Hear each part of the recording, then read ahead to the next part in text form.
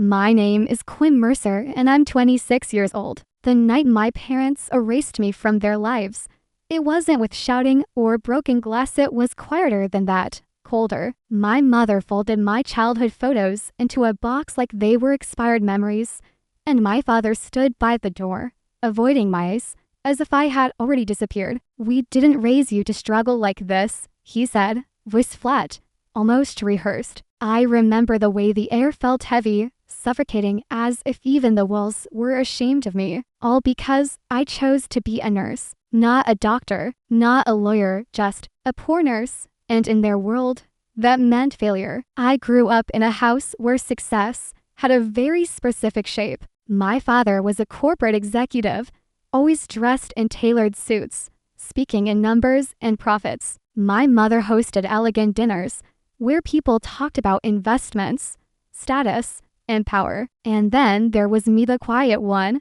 the one who stayed up late watching documentaries about hospitals, about people saving lives. While my brother Ethan was praised for his business ambitions, I was told, "You're too soft for the real world." Quinn, I didn't argue. I just kept dreaming quietly, hoping one day they would understand. But they never did. The day I told them I got accepted into a nursing program, my mother's smile froze like cracked glass. "And nurse," she repeated, like the word itself was offensive. My father didn't even sit down. "Do you have any idea how that reflects on this family?" he asked. I tried to explain it wasn't about money.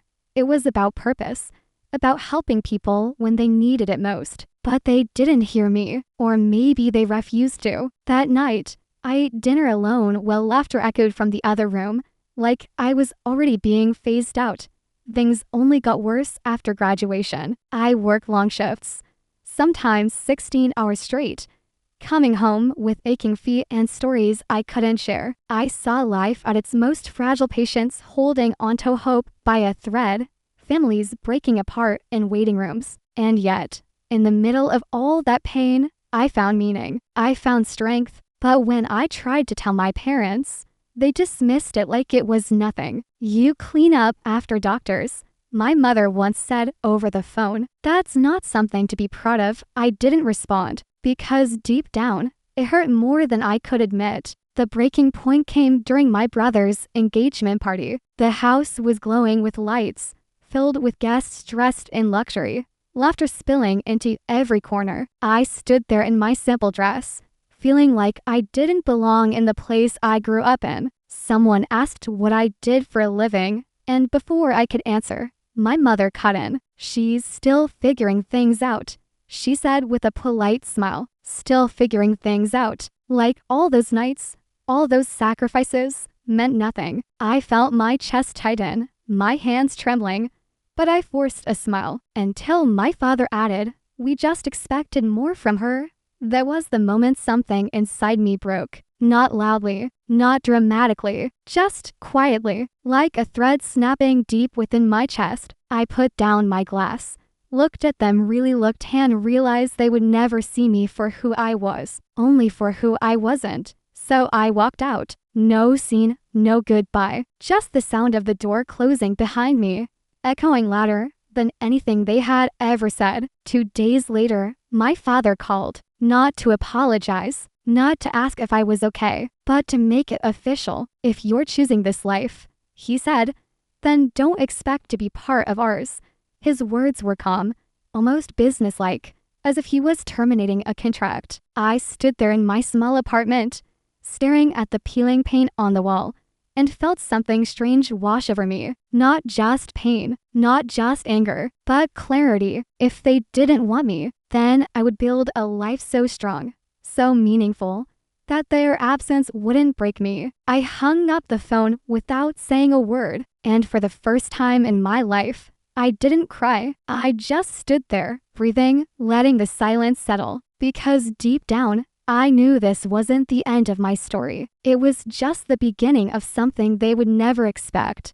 The first few months after they cut me off felt like walking through a storm with no shelter in sight. My apartment was small, the kind where every sound echoed my footsteps, my thoughts, my loneliness. I worked double shifts, sometimes back to back, surviving on vending machine coffee and whatever scraps of energy I had left. There were nights I sat on the edge of my bed, staring at my phone, tempted to call them just to hear something familiar, but I never did because I knew exactly what I would hear: disappointment wrap in silence. And somehow, that hurt more than being alone. At the hospital, though, things were different. There, I wasn't the failure or the poor nurse.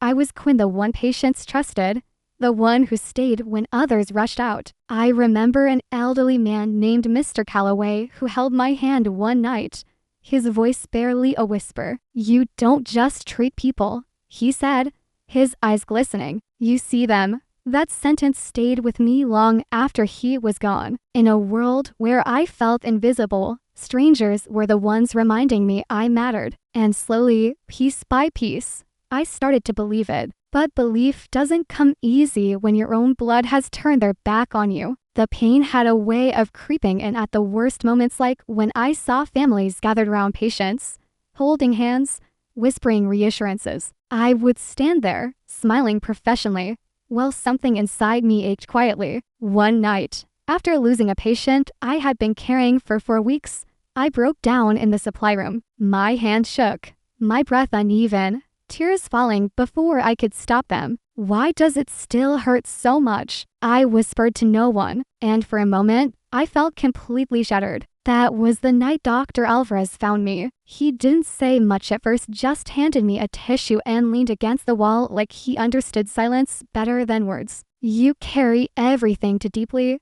he said. After a while, his voice calm but firm. I laughed bitterly. "Isn't that the point of this job?" He shook his head. "No, Quinn, the point is to care, but also to survive it." His words stayed with me, echoing in my mind long after that conversation ended. Because for the first time, someone wasn't dismissing my emotions, they were helping me understand them. From that night on, something shifted. I didn't stop caring, that was impossible, but I learned to stand stronger in the middle of the chaos. I took extra training, volunteered for critical cases, pushed myself beyond exhaustion, not to prove my parents wrong, but to prove to myself that I was capable of more than their expectations. Slowly, my name started to mean something within those hospital walls. Nurses would ask for my help. Doctors began to trust my judgment. And for the first time in a long time, I felt steady. Then came the incident that changed everything. It was a late night shift, the kind where the air feels heavier, like something is about to happen. A multi-car accident flooded their sirens screaming, chaos unfolding in seconds. Patients were rushed in, blood, panic, voices overlapping. I didn't have time to think. I just moved. One case stood out: a young girl, maybe 8 years old, barely conscious, her pulse fading. The doctors were overwhelmed, juggling too many critical patients. And in that moment, something inside me took over. I stepped in, gave instructions, stabilized her breathing, kept her alive long enough for surgery. Hours later, when everything finally slowed, I stood there, my hands still trembling, my uniform stained, my mind replaying every second. Dr. Alvarez walked up to me, his expression unreadable. For a second, I thought I had overstepped, that I had done something wrong. But then he nodded, a small, proud smile forming. "You didn't just follow orders tonight," he said. "You led." I didn't know what to say, because for the first time, someone saw me not as just a nurse, but as something more. What I didn't know then was that this night, this single moment, had set something much bigger in motion, something that would travel far beyond those hospital walls, and eventually reach the very people who had turned their backs on me. In the weeks that followed, that night in the refused to fade into memory. People talked about it in quiet corners, in handovers, in passing glances that lingered a little longer than before. I didn't understand why at first. I had only done what anyone in my position would have done. But then Dr. Alvarez called me into his office one afternoon, his expression more serious than usual. "The hospital board reviewed the incident," he said, sliding a file across the desk. My name was printed on it, bold and undeniable. "They're recommending you for a national recognition program, I stared at him, my heartbeat uneven. For doing my job? I asked quietly. He shook his head. For going beyond it. I didn't tell anyone outside the hospital, not because I wasn't proud, but because I didn't know how to be. Recognition had never been part of my world. It felt unfamiliar, almost uncomfortable. Instead, I buried myself deeper into my work, taking on more shifts, more responsibility, as if staying busy could silence the growing noise around me. But it didn't. Emails started coming in, calls from committees, requests for statements, interviews, documentation. Every time my phone buzzed, a part of me hesitated before answering, like I was waiting for someone to tell me it had all been a mistake. Then one evening, I received an official letter, thick paper, embossed seal, the kind my parents would have admired. My hands trembled as I opened it, my eyes scanning the words slowly, almost afraid to believe them. I had been selected as a finalist for a National Healthcare Excellence Award. Finalist. The word echoed in my mind, heavy with meaning. I sank into the chair, the letter slipping slightly in my grip. For a moment, everything went quiet. Not the kind of silence that feels empty, but the kind that feels like the world is holding its breath. And yet, even in that moment, my first thought wasn't celebration. It was them. I imagined my father reading this, his sharp eyes analyzing every detail, my mother showing it off at one of her dinners, pretending she had always supported me. The irony burned in my chest, sharp and bitter. They had disowned me for this life, and now this life was becoming something they couldn't ignore. I let out a slow breath, my fingers tightening round the paper. You don't get to share this, I whispered to the empty room. Not this time. The day of the awards ceremony approached faster than I expected. I almost didn't go. The idea of standing in a room full of powerful, accomplished people who reminded me of everything I had been rejected for made my chest tighten. But Dr. Alvarez didn't give me a choice. You've already earned your place there, he said firmly. Now you just have to show up. So I did. I found a simple dress. Nothing extravagant, nothing that screamed for attention, just something that felt like me. The venue was overwhelming: crystal lights, polished floors, voices filled with confidence and authority. As I walked in, I felt the old familiar doubt creeping back, whispering that I didn't belong here. People glanced at me, some with curiosity, others with polite indifference. I kept my head steady, my steps measured, even as my heart pounded against my ribs. This wasn't my world, not the one I was raised for, and not the one I had built. It felt like standing between two identities, unsure where I truly fit. But what I didn't know was that across that very room, someone had already recognized my name, someone who had spent years pretending I didn't exist. And in just a matter of minutes, everything I thought I had left behind was about to walk right back into my life.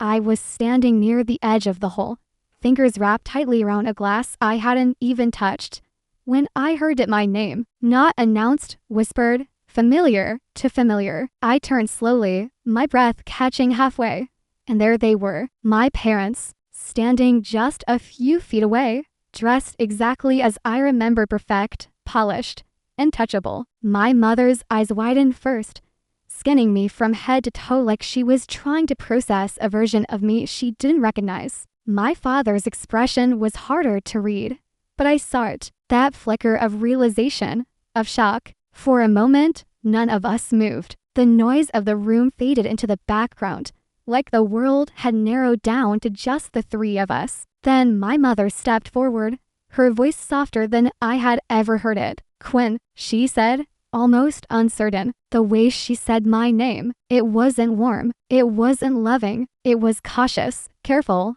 like she was testing whether she still had the right to say it. I felt something twist inside me, but I didn't step closer. I didn't feel the distance, because that distance, they had created it. I didn't expect to see you here, my father added, his tone measured, controlled, like he was back in a boardroom instead of facing his own daughter. I let out a quiet breath, steadying myself. I didn't expect to be invited either, I replied calmly. There was a pause, sharp, uncomfortable. My mother forced a small smile, glancing around as if worried someone might be watching. "We heard about the nomination," she said quickly. "We're proud of you." The words landed, but they didn't settle. They felt rehearsed, late, empty. I looked at them then, really looked. The same people who had erased me, who had reduced my entire existence to a disappointment. And now, standing in a room that finally saw my worth, they wanted to step back and like nothing had happened. "You don't get to be proud now," I said quietly, my voice steady but firm. My father's jaw tightened. "Quinn, this isn't the place for—" "No," I cut in, my heartbeat rising. "This is exactly the place. Because this is what you said wasn't good enough." My mother's expression faltered, her composure slipping for just a second. "We were only trying to guide you," she said, her voice trembling slightly. "We wanted you to have a better life." I felt a bitter smile tug at my lips. "A better life," I repeated. "You mean a life that looked good to other people, not one that actually meant something?"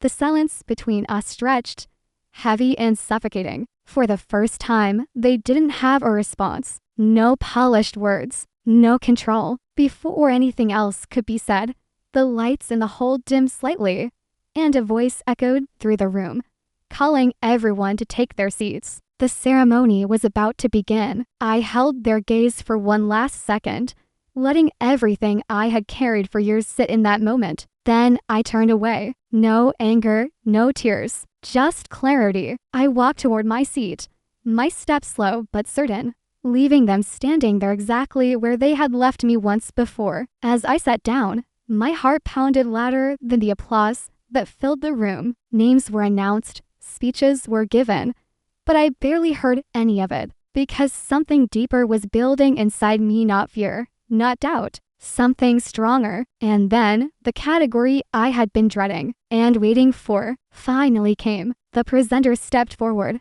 envelope in hand, voice steady as they began to speak. "And the National Healthcare Excellence Award goes to..."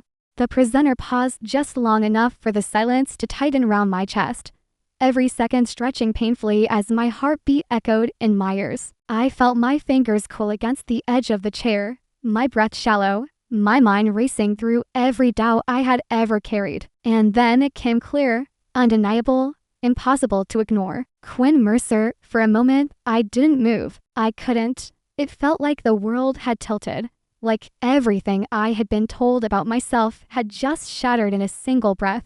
The applause rose slowly, then all at once, filling the room, but I was still frozen, trying to believe that this name, my name, had finally been spoken with pride. I stood up carefully, my legs unsteady but determined, each step toward the stage feeling heavier than the last. The lights were brighter up there, almost blinding, but I welcomed it, because for once, I wasn't standing in the shadows of someone else's expectations. I was standing in my own truth. As I reached the microphone, I glanced out into the crowd, and there they were, my parents, sitting still, their expressions no longer controlled or polished. My mother's eyes glistened with something unfamiliar. Regret, maybe. My father looked smaller somehow, like the certainty he had always carried had finally cracked. I took a breath, steadying myself, my voice quiet at first, but firm enough to carry. "I wasn't supposed to be here tonight,"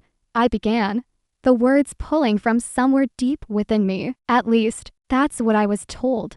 A faint murmur rippled through the audience, but I didn't stop. I was told that the path I chose wasn't good enough, that it didn't have value, that it didn't make anyone proud. My eyes didn't leave theirs as I spoke. Not this time. But I kept going, not because I wanted to prove anyone wrong, but because I knew what it felt like to be invisible, and I never wanted my patients to feel that way. The room grew quieter with every word, the kind of silence that listens, that absorbs. "This award," I continued, my voice stronger now, "doesn't belong to me alone. It belongs to every person who chooses compassion in a world that often overlooks it. To every nurse who stays a little longer, listens a little deeper, cares a little harder, even when no one is watching." My grip tightened slightly on the podium, emotion rising but controlled. Because being just a nurse, means being there when someone is at their most human, and there's nothing small about that. When I finished, the applause didn't come immediately. There was a brief pause, heavy, meaningful, before it erupted, louder than anything I had ever heard. But I wasn't listening to the crowd. I was looking at them. My parents. My mother was crying now, openly, her carefully maintained composure completely gone. My father didn't look away this time. He held my gaze. And in that moment, I saw something I had waited my entire life for. Not approval, not pride, but understanding. Real, quiet, undeniable understanding. After the ceremony, they approached me again, slower this time, careful, like they knew they couldn't undo what had been done. My mother spoke first, her voice trembling. "We were wrong," she said simply. "No excuses, no justifications, just truth." My father followed, his voice lower than I had ever heard it. "We didn't see you." Not really. I let their words settle, not rushing to respond, not rushing to forgive, because healing doesn't happen in a single moment. But I nodded, just slightly, not for them, but for myself. That night, as I walked out of the hall, the cool air wrapping around me, I realized something I hadn't understood before. Their rejection didn't define me. Their acceptance didn't complete me. I had built something stronger than both. A life with meaning, a voice that couldn't be silenced, and a truth that no one could take away from me. Because, in the end, it wasn't about proving them wrong. It was about finally choosing myself, and never letting go of that again.